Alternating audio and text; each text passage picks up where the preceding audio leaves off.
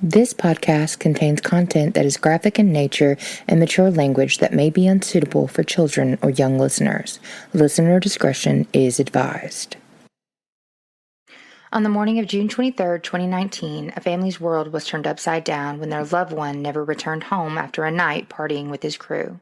He was a beloved teacher from Natchez, Mississippi, and he seemingly had vanished without a trace. What follows is a heartbreaking journey through suspects, deception, and the tragic loss of a young man destined for greatness. Join us as we unravel the events leading to his untimely death and explore the dark twists that turned a missing persons case into a chilling homicide investigation on today's episode of Sin Law.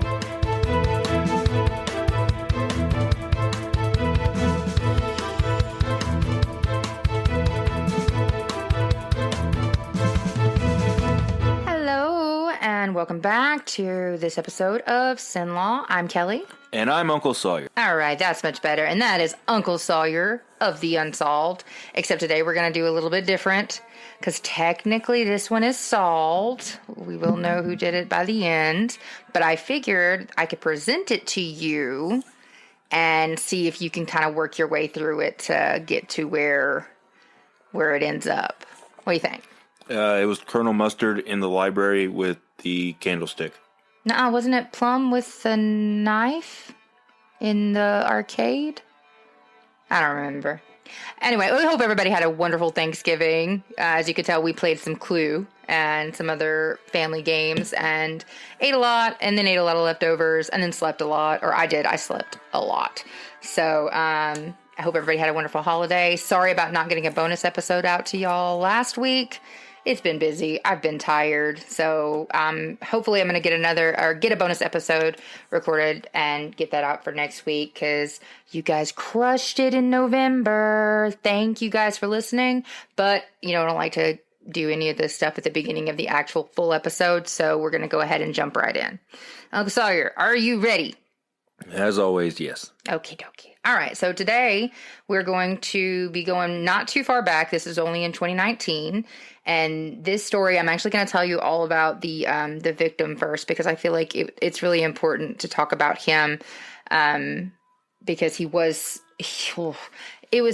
any loss of life is bad, but this kid, and I say kid because I believe he was only 27 years old, okay? Keep that in mind as I tell you a little bit about him here.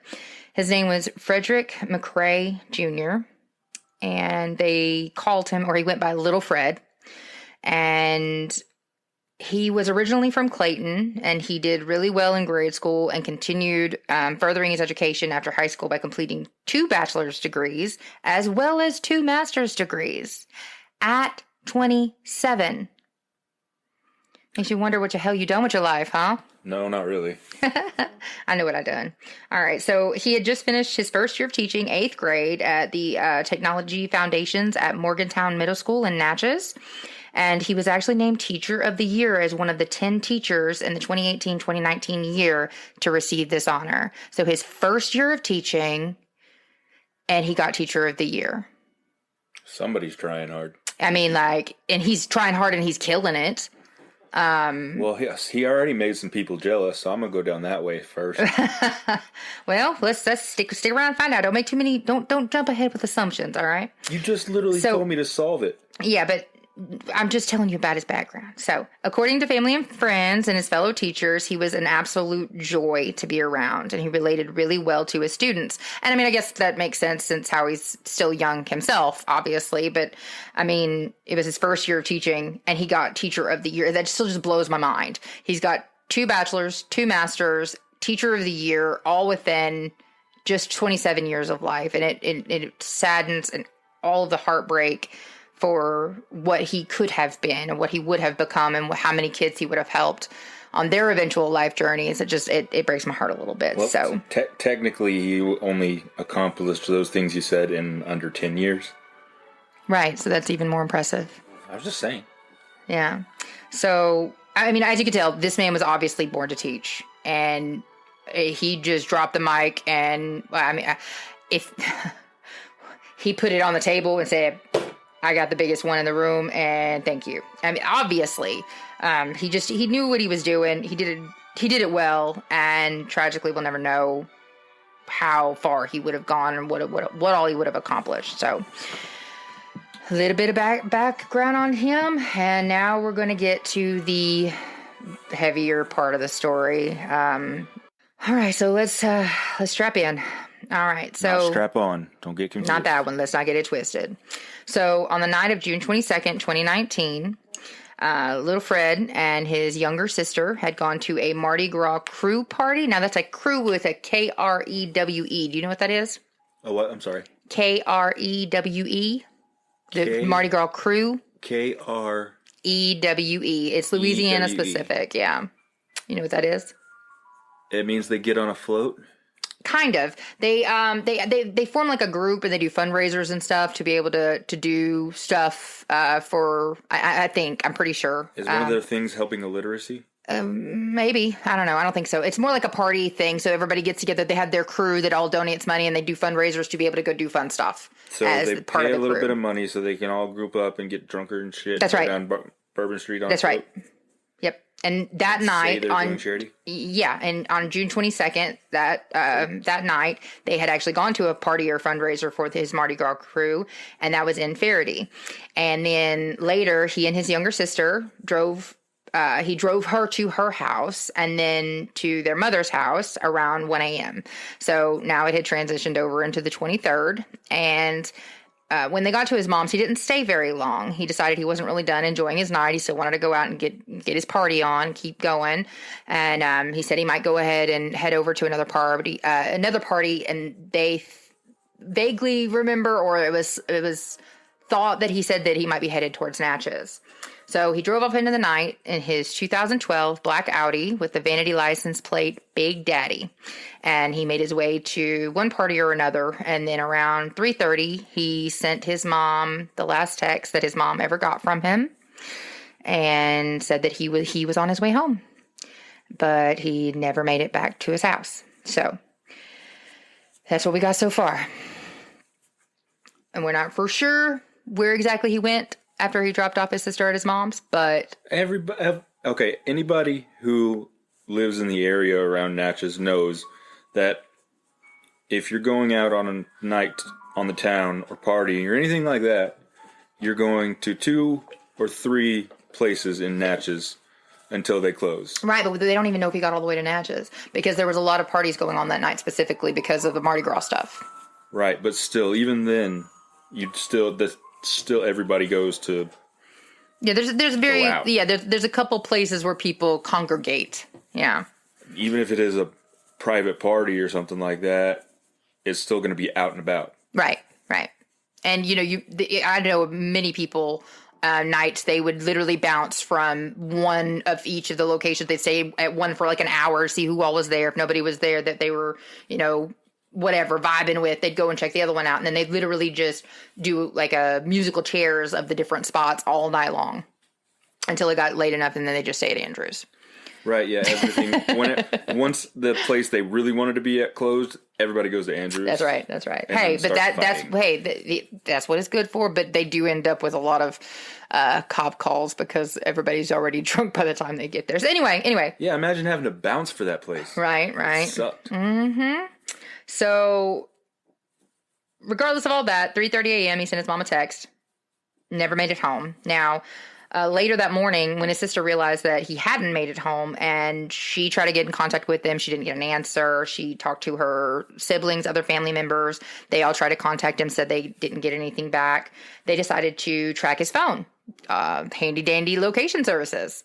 So, they pulled that up, and they realized that his phone was still on, and they saw that the location was not far from the first party that he and his sister had gone to the night before. So they obviously thought something was a little bit off because they were like, okay, wait, he wasn't going back to that one. He was going to a different party. We left that one already. So they feel a little uneasy, and they head out towards the location where they have his phone on their location services. And they contacted law enforcement and told them everything they knew, and actually rode to the location and told the officers where that location was so they could meet them there, right? So that's how uncomfortable they felt with the whole thing. And upon arrival, there must have been some relief in the family because they didn't find anything but the phone. So officers retrieved the phone and they got the passcode from the family to unlock it. And that's when they got their first break in the case. So what do you think they found, Uncle Sawyer, on the phone? Probably a video. Maybe a text message or two. Little more simplistic than that, actually. Just a picture? No. Little Fred's bank account had actually had a couple of alerts as to suspicious activity on his bank cards at the Walmart in Natchez. How is that more simple? Because that would have been like, on your notification screen. It would have been like all you have to do is look down and then it's got suspicious activity. That's one of the first things they see. So they're like, okay, well, this is a hell of a lead because the time for these notifications was after 3:30. So they were like, okay, well, maybe it was him, maybe it wasn't. Even if it was, that'll at least give us an idea of maybe where he went or where he was at whatever time to get the road started, to get going on the case, right? Because obviously the Walmart in Natchez is going to have video. We're in 2021. Remember, this is just a couple years ago. So using the security footage, they tracked down their first lead, hoping to still try to figure out where little Fred was. So the footage actually showed the identity of a man named Ronald Riley, and they immediately put out like an APB, and he actually got wind that they were looking for him, so he contacted them and met them to do the interview. Like, he straight up came to the cops and was like, hey, y'all said y'all needed to talk to me, here I am. So while he was being interviewed, he admitted that he had gotten the card from a Mr. Cedric Tennessee. And when Mr. Tennessee had come to his apartment that morning, he gave him the card in exchange for allowing him to use his shower and to change his clothes. So luck would have it that Ronald Riley actually still had the clothes that Cedric had taken off when he had showered that morning. So he gives the cops those clothes, and they are still trying to figure out where little Fred is. And Ronald, Mr. Riley has absolutely no idea. He had no idea whose actual card it was. I mean, like, there was probably a name on it, but he had no idea anything of the circumstances of what may or may not have happened. What was the name again? Ronald Riley. You a black guy? Yes. I know him. Yes. So, anyway, so in the course of the interview, he states he believes that little Fred is dead. And he said he may know who did it and where they left the body. So this is kind of rolling full steam ahead, but, him rolling up to the cops and be like, hey, yo, I want to talk. I'm sorry, I didn't have nothing to do with this. That kind of gives you the idea that, he knows what's up. He knows something bad's about to happen, or somebody's going to get in a lot of trouble, or something bad has happened. He didn't want no part of it. He wants to try to keep his hands as clean as possible, even though he did try to use the card at the Walmart store. So he says, according to court records, he told the investigators that after Tennessee came to his apartment, they left together to go wash the car, which happened to be a 2012 Audi. Now, as they were washing the car, he said that they stopped and took off, or before they went to wash the car, they stopped and took off the vanity plates that said Big Daddy and threw them off on the side of the road. Then they went ahead to the car wash. And then he said that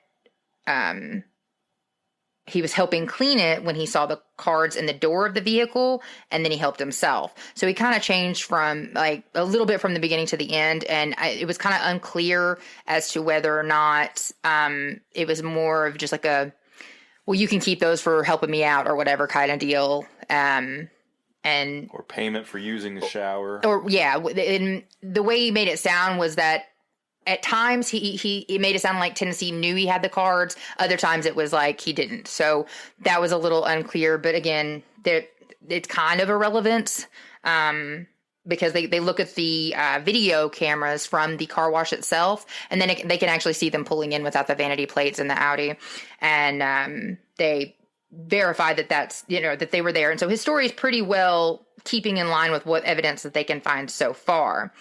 So he told the police also that Tennessee told him that he got the truck as part of a, quote, a whole lick. unquote. And he was going to try and sell it, which is why they needed to clean it. And while they were cleaning, Mr. Riley noticed some pools of wet blood inside the vehicle, and what he said looked like old blood on the outside.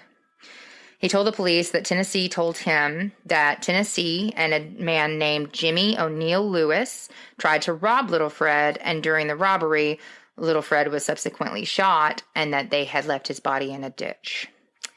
So at this point, the officers change gears. They are now no longer looking for a person. They're looking for a body, and they're looking for his killers. So he told the police that,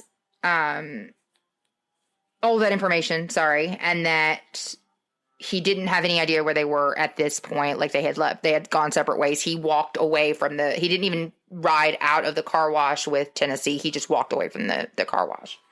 So at this point, they are about to start digging in with the help of Project NOLA. They are all up in Natchez.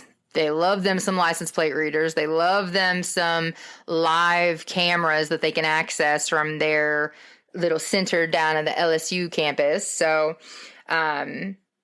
they helped sturdy up the interview, the story that was given by Riley. Corroborate? That's the word I was looking for. Corroborate. I even have that in my notes. I don't know why I just didn't say it. I don't have notes. I know, because you don't know nothing. No, just kidding. So they get the evidence to corroborate the testimony or the statement, and that actually became super essential later, because he ends up being charged with some things, and he takes a plea or yada, yada, yada. So, who? Riley, because he did use the credit cards at the Walmart. So, they still had charges they were going to putting against him. But the video surveillance, corroborating his testimony and his statements extremely helped him. Like, if not for that, it would have basically been a he said, she said, me against you story. So it worked out really well in his favor. So now, based on the footage they received from Project NOLA, who had been scrubbing their camera for the sightings of the Audi with the vanity plates, from the time that Little Fred went missing, or the time that they got the last text message at 3:30. So they start there and they go, looking at everything that they can find, and they actually see the vehicle had entered the Holiday apartment complex with the tags in place. That's where Riley got in with Tennessee, and they left there. So Riley got picked up at the Holiday apartment complex, and then they drove off. But by the time they made it to the car wash, the plates were gone. So 100% corroborating and making it seem like Riley being as truthful as he knows how to be. So based on the limited information that they got from Riley, they begin an intense and immediate search, all the while they're doing the video scrubbing and everything, trying to figure out exactly what happened, or if they can backtrack and see where Little Fred was still in the vehicle or what had happened. So unfortunately, just after daylight the next day on the 24th, so all of this had happened the night of the 22nd, the morning of the 23rd. This is now the 24th, right under a day. So right under 24 hours after being reported missing, they found the body of 27-year-old Frederick McCray Jr. dead by a single gunshot wound to the back of his head. He was located face down in a ravine, having been dragged down a ditch and then covered with sheetrock and other debris that were found in the ditch to conceal his body. So at this point, they've recovered the body. They're working that crime scene there, trying to get all of that tagged, photoed, and processed. They immediately issue both Cedric Tennessee and Jimmy O'Neill Lewis arrest warrants, and they were picked up within a day. They didn't have a lot of trouble finding them. They eventually tracked Tennessee down to a place in New Orleans, and they brought him back to Concordia Parish. And Jimmy Lewis, he tried to hide in some abandoned buildings off in I think it was in Faraday, if I'm not mistaken. And he tried to hide out from him. And then finally he just gave up. He either got cold or hungry or something and decided to go ahead and just come on out. So, do we have any more detail on the location of where he was found? Not where he was left, dumped, dragged, whatever. Actually, yes, I do. Give me just 1 second here. I will. Just so we can get a perspective of where he was left from where he was at the party last known to have been. Absolutely, I can do that for you. Good question. Okay, so he was actually found near an embankment across from the Faraday Mill Yard. So he was actually found in Faraday. The opposite direction of Natchez, right. So, they left the party in Faraday and went to their mom's house. And their mom's house was in Faraday. So, either he had gone and come back and made it that back close, or he had never got out, obviously he got out and gone somewhere because he was out and about until 3:30. He left his sister after a little after 1:30. So he had been doing stuff for at least 2 hours before he said he was headed home, and he almost made it back home, apparently. So, and it was actually Riley that gave them that little bit of information that he said that it would be near the mill yard. So they actually used some of the victim's jewelry. He had a bracelet and a ring on that were easily identified as little Fred's. But, as many stories and as many podcasts as we have now, I think this is episode 14. Not all of them have been in Concordia or Catahoula, but for as small a place as this is in my mind, it's not Houston, it's not even Tomball. It's very, very much on a smaller scale. But I still, even with all the crime and stuff that we cover for these parishes, I still don't think there would have been more than one missing person that would fit that, identity or that description, right, in that time frame. You know what I mean? We have a lot of murder and crime and all that good stuff, but I don't think we'd have enough for it to be I don't know which guy this is that's 5'7" and So, well, it's more probably just like a red tape, right, flag thing, paperwork sort of thing. You have to do it. No, absolutely. And I mean, it's important to be able to do so. And, that's a good way to be able to quickly identify, but I'm sure they still have to go back and do forensic identification or the family identification. But they're notably, and this was from the court documents that I read on the autopsy side, because he had been there since the morning of the 23rd, and they didn't find him until the evening of the 24th. What did I just say? Yeah, so it was just after a day. So he had been there, and this is in June in Louisiana.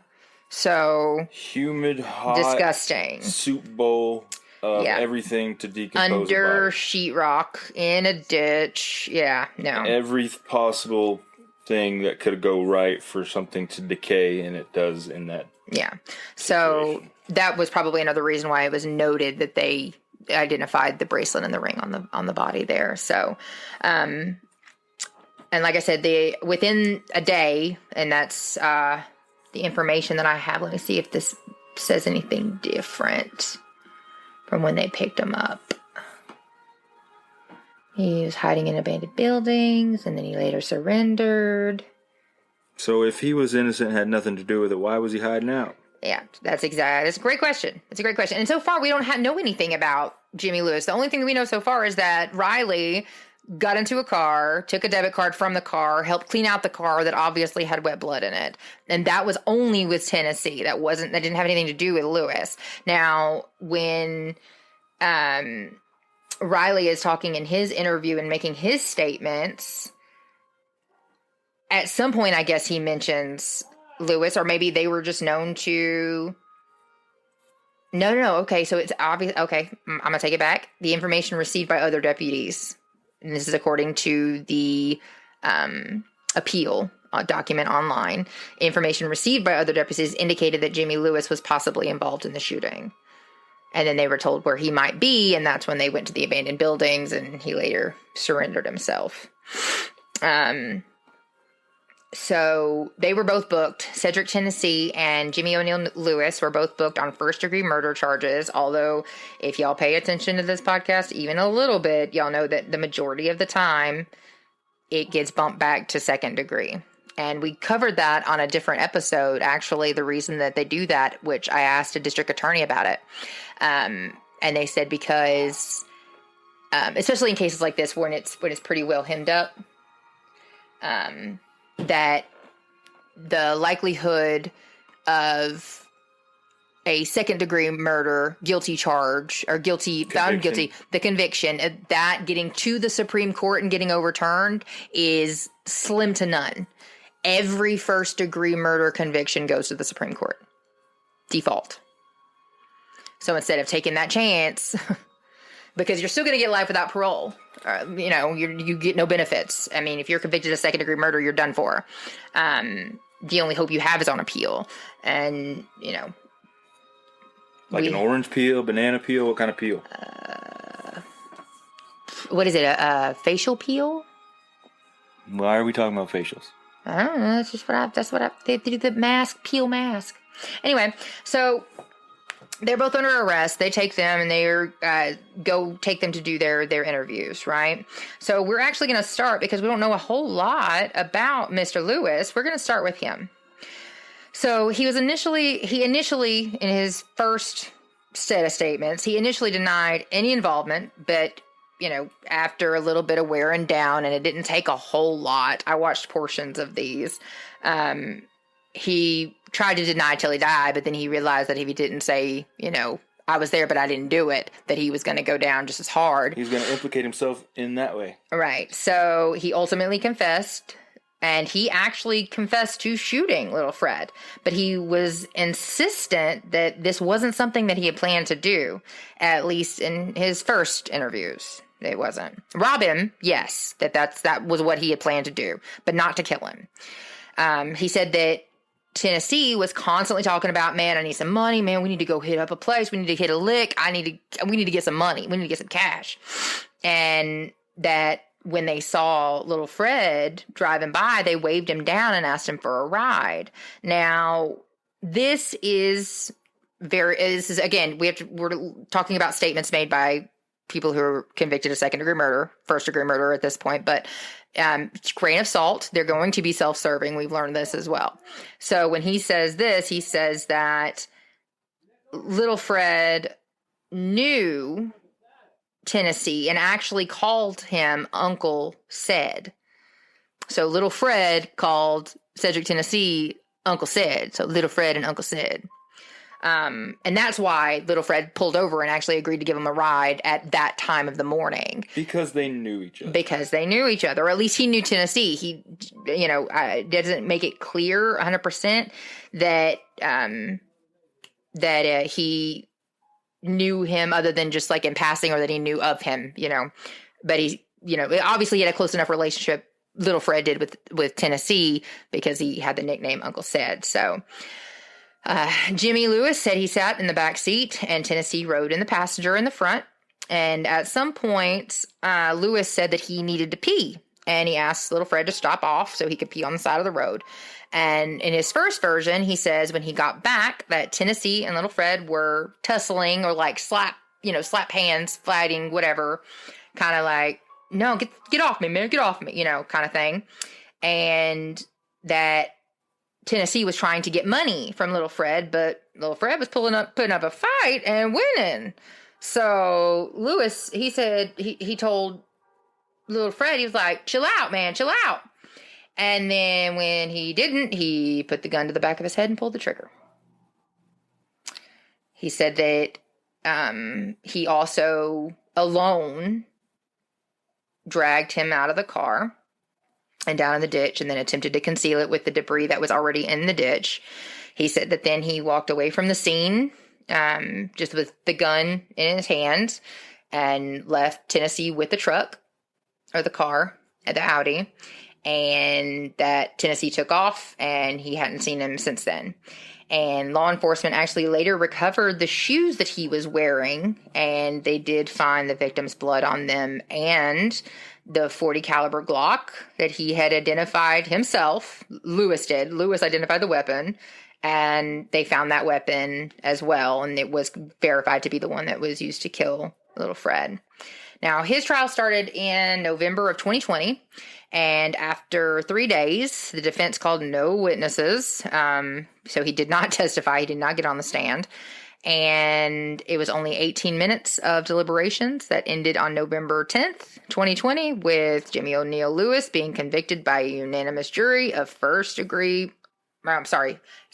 murder and sentenced to life without probation, parole, benefit, a suspension of sentence. So, now that we're done with him, we're going to move on to Uncle Sid. And this is where it gets kind of crazy. Now, I also have asked the question, why would they go to trial? Why would they say not guilty and to go all the way through a trial if they gave a full freaking confession, right? Prolonging it so they could sit comfy? Well, the answer I got was, why the hell not? They don't have to pay for their attorney. They're indigent, so they get public defenders.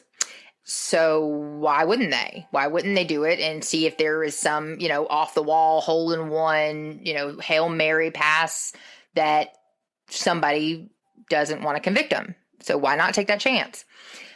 Which makes sense, I guess. Even if you have your own confession and that's the only, the only story that they get from the convicted or from the suspect, from the defendant, I guess at that point he would be.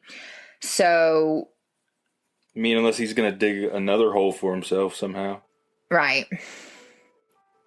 Maybe. But see, the thing with this one is I don't know why he didn't try to, or his lawyer didn't, and I don't even know who his lawyer was, honestly. But why they didn't try to do some kind of plea deal arrangement, something to be able to testify. And I mean, I understand because he was the one who pulled the trigger. I get that. He was going no matter what. So they're not going to give him any kind of benefits because he's the one who actually committed the murder itself. And this is the part that is interesting for me is what they are charging. And, they've also charged Cedric, Tennessee with second-degree murder, even though he didn't pull the trigger. However, if you are complicit in the act of a robbery where someone gets murdered, or if you're complicit in the kidnapping, or if you know of it and didn't stop it, didn't report it, all of those things, like anybody listening, most of you listening, you know this already because, we are true crime fans. Like, this is stuff that we know. If you are there when something happens and you didn't do anything to stop it, or you knew about it ahead of time, there's all of these little things. You are just as guilty as if you had pulled the trigger. So that's basically what they're doing now to Uncle Sid. So Tennessee, he goes through and he never confesses to wanting to even rob little Fred, or that he had ever planned to do so at any point at the interaction. He said that he didn't know what was happening until it happened. He even later told an investigator for his defense that he didn't want to get shot and even use his prosthetic leg. Yes, you heard me right. He has a prosthetic leg. That's where he used to keep his drugs. That is directly. Oh, he must have been the one that always drove across the street in Faraday in a wheelchair. I don't know. Every day. No, he walked around. But he has a prosthetic leg that and there's another guy actually in jail right now. He's got rough charges, human trafficking stuff. But he also has a prosthetic leg. And the last time he got booked in, they actually found like 8 grams of stuff in his prosthetic leg, which I thought was pretty hilarious. But anyway, he took it off and was going to use it like a weapon as a way of saying, I'm like, no, I'm sorry. That's wrong. I was thinking of a different story. He took his leg off as a way of saying like, hey, I'm not going to do anything. I only got one leg. But then he did also kind of confess to the fact that he took advantage of the situation and took off with the car and was going to sell it to make money. So a little bit of column A, little column B, like I didn't kill him, but I'm going to take his car after he did because I know it's expensive and I can get some money for it real quick. So since Lewis confessed to being the man behind the trigger, his charges were subsequently dropped to second degree, like I said, and he was taken to trial. And just a month after he was convicted, Jimmy Lewis He took the stand as a state's witness, like I said, at Tennessee's trial, which started on December 15th, 2020. Now, court records indicate that the entire idea for the, quote, lick came from said. Now, do you know what a lick is? It's a heist job or a way to get money. Right. And I actually think the way that he described it in the appeal was when an officer asked what a lick meant, the officer replied, quote, it means they are committing a robbery or a theft. They hit a lick, unquote. So I've heard it a couple times before, and I had to ask because I am the whitest of white girls. So the only reason I knew it was because I'd asked about it before. So he said the entire idea for the lick came from said, or Tennessee, and that Jimmy Lewis says that he was just trying to help his friend when he shot little Fred. So basically what he got on the stand and said was little Fred was beating the hell out of Tennessee, and I had to do something to stop it. He wouldn't stop. I thought he was going to kill him, so I shot him, is what he got on the stand at Tennessee's trial and said. And then he also said again he didn't mean to shoot him. He just wanted to scare him, which doesn't make a whole lot of sense from the autopsy report. Not when you point blank to the back of someone's head. Point blank, there was stippling, there was like the peeling back around the wound, so you know that the heat of that barrel was right near the back of his head. It wasn't an accident. He couldn't have missed. So I always scared him, I bet, for about no millionths of a second. No. So Tennessee's entire defense centered around the idea, which is actually a good thing, that he didn't have time to be like at least it was fast, because the torture part hurts. But Tennessee's entire defense centered around the idea that he had absolutely nothing to do with the attempted robbery / murder and had just been along for the ride.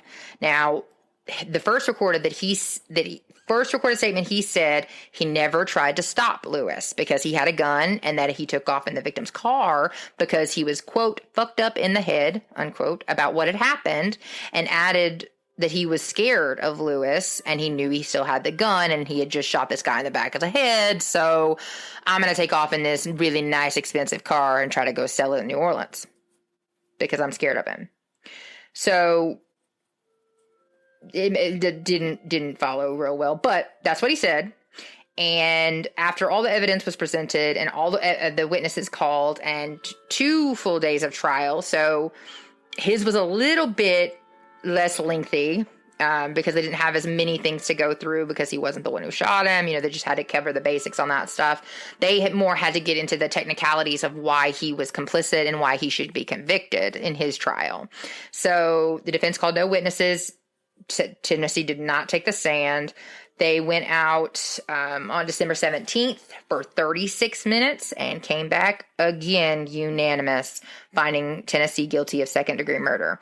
Although he wasn't the one who pulled the trigger, but they said that he played an essential role and that without him, and this is why we talked earlier about him calling him Uncle Sed. Being in a relationship with him. Because if not for Uncle Sed being with him on the side of the road, he never would have picked up Jimmy O'Neill Lewis by himself. If it was just Lewis on the side of the road, he would have said, I'm going to go home. I'm going to go see my mama. And that's super unfortunate, but that's one of the reasons that they said that without Tennessee, little Fred may still be alive. And because second-degree murder carries a mandatory sentence of life without parole, that's exactly what he and Tennessee both received.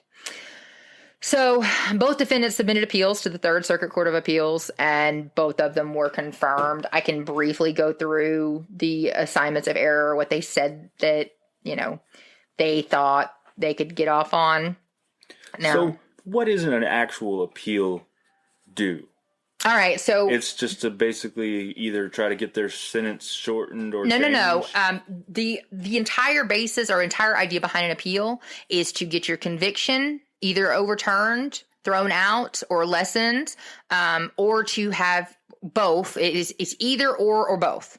So either your conviction overturned, changed, or lessened, to get a new trial, have them go back and say, okay, you guys screwed up in the court proceedings, so you have to go back, which at that point would also change your sentence. So you can have just your sentence being adjusted for whatever reason, or you can have the entire trial thrown out and conviction thrown out, and then you have to start the whole thing over, basically. Everything starts over. So that's what you're trying to do. And what appellate attorneys, and those are also provided by the state, they put their best feet forward. They will say, pick apart every single thing. That's why, public defenders a lot of times, and all attorneys will, when they're saying for the record, I want to note my objection for the record, even though it's being sustained, like note it, because later when they go to appeal, they can't say that I didn't object or that I didn't make the argument that shouldn't be allowed, so that can't be something they come back on appeal and say his conviction's overturned, his trial needs to be redone, go back to court and do it again because the lawyer didn't do his job. That's why they do that. So I know it sounds like a lot of hibbly hoobla while they do it. That's the reason, is because later on appeal, these appellate attorneys come in here and say, okay, well, this is for Lewis.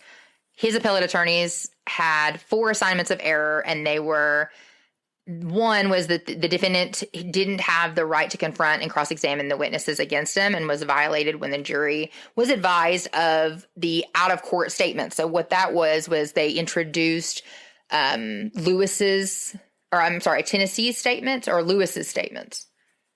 Lewis's. They introduced his statements as evidence, and he didn't then get on the stand. So because he didn't get on the stand, they were arguing that they didn't get to cross-examine the witness that the prosecution was using.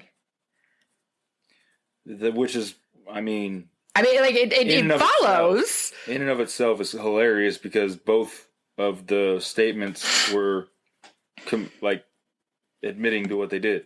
Right. But at the same time, it's hilarious because they're like, okay, well, the defendant didn't get on the stand, so we're going to say that we couldn't cross-examine him because he gave a confession that we didn't get to cross-examine our own defendant for, that we have personal access to. So, and then also by the co-defendant as well. So they were saying that they played his statements made to police, the recorded audio statements, and because they didn't get a chance. Now, that is actually a wonderful argument, because you're supposed to be able to cross-examine. That's a lot of times why they don't allow police interviews to be used as evidence. They can use them as, to refer to, or they can submit them as long as that person is also going to be on the stand, so they can then ask questions, and go back and forth. But, they also had another person that apparently was charged after the fact, and, so that was just the one. Now, the second one they said was the they admitted inadmissible hearsay evidence of Mr. Riley. His was the accessory after the fact, because he did help clean up the car or whatever and remove the vanity plates. And they said that they erred in admitting that as evidence, hearsay evidence, because they had no actual proof of what happened to it. Could have got blown off by the wind, or they could have backed over a pole and it fell off, whatever. So they also said that the irregularities in the process of the return of the verdict and the polling of the jury, and the possibility of an alternate juror being in the jury room during deliberations. So that basically they said because they didn't circle the right thing on the paper when they did the verdict, that they screwed up and they needed a retrial because they didn't circle the right thing. And they also thought that one of the alternates, which is not allowed once they go into due deliberations, the alternates are dismissed. But neither was enough for it to be a new trial. But that's what they were arguing, that it could be. And then the fourth one says this, and I'm going to quote this one directly, quote, "Should this honorable court find review of assigned errors number 1, 2, or 3 precluded due to lack of objection by defense counsel or insufficient basis provided for the objection, defendant was denied effective assistance of counsel in connection therewith, and review should be granted on that basis." Fancy freaking way of saying ineffective assistance of counsel. So they're saying that he didn't object enough, which is what we were just talking about. Right. because he didn't say, like, hey, these 3 things should never have been allowed in the original trial. Why didn't the lawyer try to stop it or say something? And that in and of itself was enough to grant the overturning of the verdict and trial. So, but the appellate judges were like, after reviewing the record, we find there are no errors patent, and then they go over why. Basically, they just come over and say, like, you guys are wrong. They did the best that they could do. This was brought up ahead of time because I know specifically for the testimony and for Riley's evidence and hearsay stuff, that was all ruled on by the judge prior to the actual trial, because they bring that in like, excuse me, what's the word? Pre-trial conferences. That's where they bring up things where they want to suppress evidence or they want to suppress certain things before they ever get to trial, before they ever get to a jury. And those things had already been ruled on. So they can't come back after the fact and say, okay, well, they didn't object, or, there was no argument made for this. They were in pre-trial conferences. So all the issues they brought up were already addressed. Right. Basically, yeah. And, the appellate attorneys, that's their job. Their jobs are to poke holes in every single little bitty thing in the same way that a defense. We don't have to prove the whole picture. We just have to prove one thing wrong. We just have to make you poke that one hole. Reasonable doubt is a fickle bitch. Right. So in the logic following all of that sentiment, it would be harder it's supposed to work out like that, but it's harder for the prosecutor, and it's supposed to be, one of those, and depending on the attorney, it can be easier, it can be hard, but whatever. You know what I mean? It's hard when you have a testimony, when you have a freaking recorded statement saying, I shot the guy. I mean, I guess it depends on what she looks like, whether it's hard or not. Anyway, so Jimmy O'Neill Lewis, his appeal was upheld. And they said, nah, you're going to stay in jail.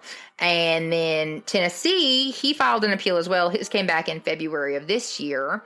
And his was on the errors that the evidence that was admitted at trial was insufficient to prove that he had committed or was a principal to the robbery or attempted robbery, and therefore was not a principal to second-degree murder. They also asserted that the court abused its discretion when it denied Tennessee's motion for a new trial. And again, with the pretrial conferences, they allowed the statements made by Jimmy Lewis in 2020, and they gave them 2 in the morning of the trial to be admitted. But I don't fully believe that. They probably turned over like the paper version or something. But that's just speculation, pure speculation. Objection, speculation. So the other one for Tennessee, there's 2 more. Oh, they both had 4. That's interesting. The third one was they erred in allowing the prejudicial, gruesome photographs, and that's a pretty standard one in most appeals.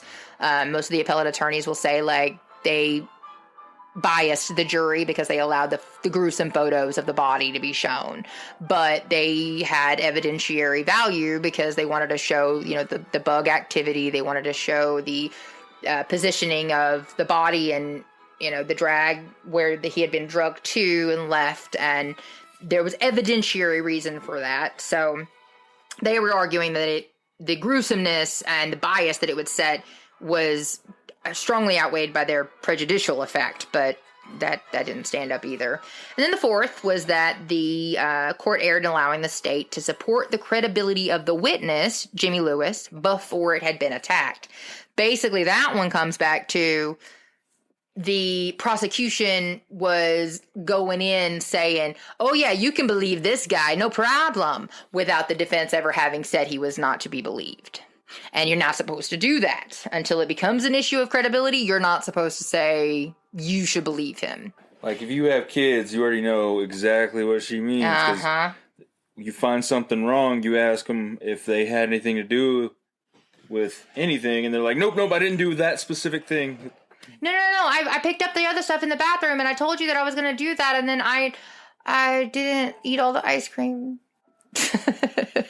Whatever, you always eat all the ice cream. Nuh-uh. You and Dad go. You guys ate no. Y'all ate the whole box of the strawberry things. I didn't get I haven't had a single one. There's a whole other box in my freezer right now. Go get it. Anyway, so again, the appellate judges said no. We're not buying any of this. You're good to go. Now the information, this is just a footnote of the appeal. The information regarding the personalized plate was actually elicited during the testimony of the victim's mother, Carol Williams, which I always thought was interesting, too, because, I don't think that Lewis even knew what the plate said. He just said that they had taken it off. So that was something that they got from the mom, about the personalized plate, which helped, which makes sense though. But I mean, like, they knew his password to his phone. They had his tracker. Like, they were a close-knit family. And that's also one of those things that I read a lot about, which is super heartbreaking, because I get so sucked into these stories because of the different details and because of the twists and the turns and the dips and the dodges. But then I get to the part that this is still a person. This is still a loved one that has been lost. And this guy, this amazing human, 27 years old, he never should have been in this position. He never should have been in this situation. And it really is one of those just heartbreaking. All of them are. All loss of life is heartbreaking. Except Hitler. That was a bit maximum effort. Okay, so in my mind, though, the amount of good this single individual could have done for so many people and so many kids, and especially in a place like Vidalia or Natchez, where a lot of young kids there, they struggle. I mean, like, we don't have this show for no reason. I've actually got a juvenile case that we're going to do here pretty soon that is just unbelievable. And then, good role models like this are hard to find. And that's my point, is that there are so few of these guys out there. And I mean, it shows everything about his character. At 4:00 in the morning, he picked up two friends, just to take them and drive them to wherever they were going. Now, there was some speculation of other events that may or may not have been sexual in nature, or that had been something, but there was absolutely no mention of that in any court documents that I could find. No news, anythings. It was like offhanded comments that I came across in random, a couple of the interviews by the police. Now, only reason I bring that up is because I don't feel like this had anything to do with any of that. This literally seems to me like, in my professional opinion, my podcast professional armchair detective opinion, I think Jimmy Lewis got jumpy. I think he got antsy, and I think that it was intentional. He meant to pull the trigger, but I think that he wasn't. I don't think he got in there planning to shoot him. I think he got in there, things got heated. He was worried that if Sid got the crap beat out of him and they took his leg and ran off with it or something, that he was going to be stuck trying to deal with little Fred, and he didn't know him well, and like, he was still thinking about trying to get out of there. And, the fact that he didn't get anything out of this. He's the one who shot him in the head, but he didn't get anything. He didn't get a card. He didn't get a car. He got nothing from this.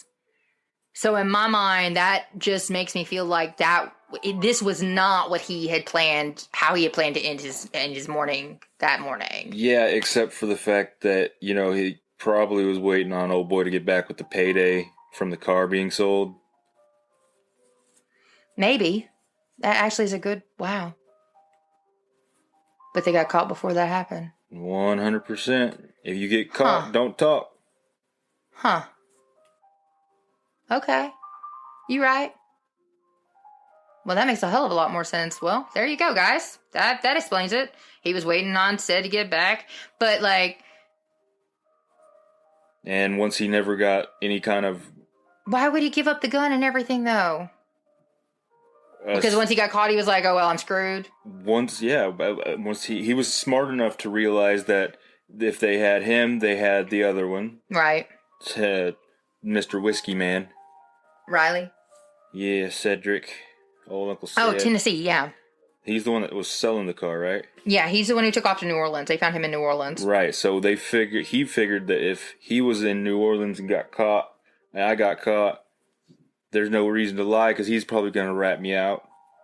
So I'm going to do it. Well, yeah, because he's the one who actually he pulled the actual trigger, so that would make sense. Exactly. So he was dotting his T's and crossing his I's. Yeah. Well, because they say that the first to sing is the crossing his T's and dotting his I's. Yeah, sure. What is it? What is that saying?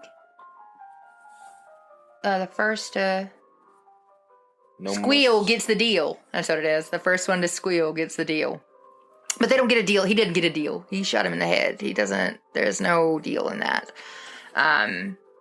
So I don't know. But that makes a lot of sense, though. That and I guess he said he was going to go like get rid of the gun and stuff, and then that they would meet back up after he sold the truck, and then he went into Tennessee went to Riley because he knew he would let him use a shower and stuff, and that Riley would help him because he knew Riley. They all sound like the same kind of type of person.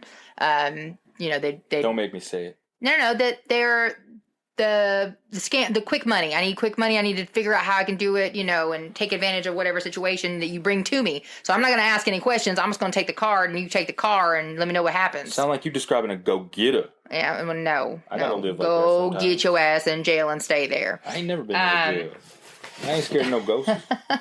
So both defendants are still housed at, technically, both defendants, convicted felons, convicted murderers, are in jail as of this recording. Jimmy Lewis is an inmate at Angola, and Cedric, Tennessee is... I thought that was in Africa. Also, yes, Angola State Penitentiary is one of the worst state pens in the country, actually. You don't want to be there. That's not one of the ones you want to go to. They actually are trying, I think right now, they're still working on it, but they were trying to get the juveniles out of there because of how harsh it is, the juvenile offenders that were tried as adults, which, hey, you did it, you belong there. But the reason I say that is because the very first episode we did, Connor Wood, he's in Angola. He's been in Angola since he was 16. Okay, so you guys need to leave, however you do your stuff, a poll. Should we bring back gladiators? Bringing it back. If you're in prison, you can fight to the death. That's it. There's no options. There's no way out. It's just that's it. That's it. I don't think that's a good idea. I do. I don't. Because I feel like there's a lot of things that I could say about that kind of stuff, but they agreed to it. Let them have at it. Well, no, because then it's not. Okay, here, I'll concede it to this. Let the family decide, and then let the family pick who they fight against. Hell, I'm down with that. I'll volunteer. All right, no. All right, so I just double-checked to make sure that he hadn't died or anything since I actually wrote this outline, but Jimmy Lewis is still in Angola, and Cedric, Tennessee, is still housed currently at the Elaine Hunt Correctional Center, which is basically the rollover, less violent version of Angola, and that's in St. Gabriel down there. So they're both still in jail. Those are their forever homes, as far as that goes. They've already done their appeal. They can submit appeal to the Supreme Court, but again, I need to look up that percentage right now while I'm talking about it.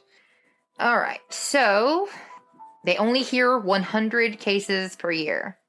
So the court operates only 9 months out of the year, and they only review 100 cases a year. Now, keep in mind that just because it's 100 cases doesn't mean they're only working 100 times. No, not even a little bit. That's what actually, why do they only work 100 cases per year is the question. And the answer is time, absolutely, and merit. They want to be able to make sure that they're putting their due diligence into every every answer that they're giving and every review that they do. And that's what we want. And now I say they only hear 100 cases a year. That doesn't necessarily mean that that's why that appeals take so long, because Cedric, he put in his appeal immediately back in when they finished in 2021. Was that it? And they actually worked around the COVID stuff. These probably would have gone faster. But anyway, Tennessee submitted his appeal in 2021. His didn't come back until February of this year. So they only hear 100. There's still a possibility that they would get to yours if they got, the Supreme Court. But that was just to the Third Circuit Court of Appeals. That wasn't to the Supreme Court. They hear more at the Third Circuit. So anyway, that's that. That's that whole thing. This one's a little bit more personal because we actually live here right in this area. Mm-hmm. I knew one of the dudes just in passing, not really buddy with him. I just knew of, more like. But it's also really weird to sit here and listen about the places you've been and then the things that happened to them.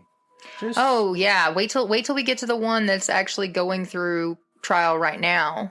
But yeah, that one, he went to Hucky's, and when I saw that in the Discovery, I lost my shit. That's the bar I work at. All right, so anyway, we'll get there. That one's in litigation right now, so I can't say anything much else about that one. Definitely can't. But yeah, I mean that literally is the information that they gave you in the papers. Like he went to the bars before he allegedly went to her house and strangled her. He was if it's the time I'm thinking of, he was also on a crap ton of tabs. Yeah, he admitted to doing all kinds of drugs, I believe. Oh my God. Sure. I remember exactly when this was. Please be the person I'm thinking of.